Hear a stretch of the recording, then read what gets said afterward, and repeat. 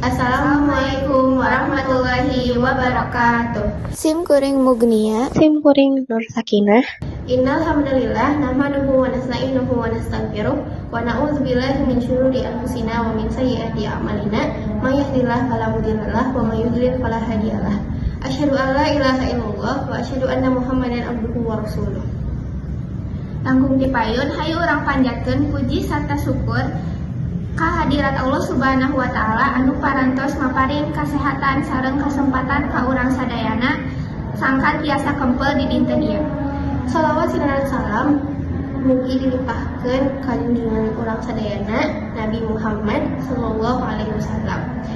Anu kusim kuring nyupika hormat hadirin sadayana, anu kusim kuring nyupika deus sakumna panitia acara dinten ayeuna. Runtuyan dina acara seminar WMI nyaeta kahiji bubuka, anu kadua tilawah jama'i, anu katilu biantara anu kaopat acara inti nyaeta pelaksanaan seminar WMI waktosna ningkatkeun iman, anu terakhir panutupan. Salajengna nyaeta tilawah jama'i surat Al-Mulk ayat 1 dugi ka 12 anu dipimpin ku saderek Naimah.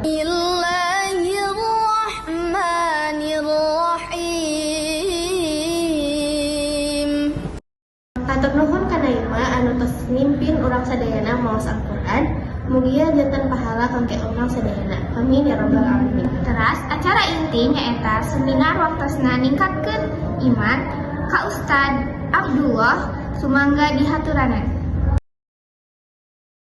Alhamdulillah sadayana runtuyan acara parantos kahaturkeun kalawan lulus.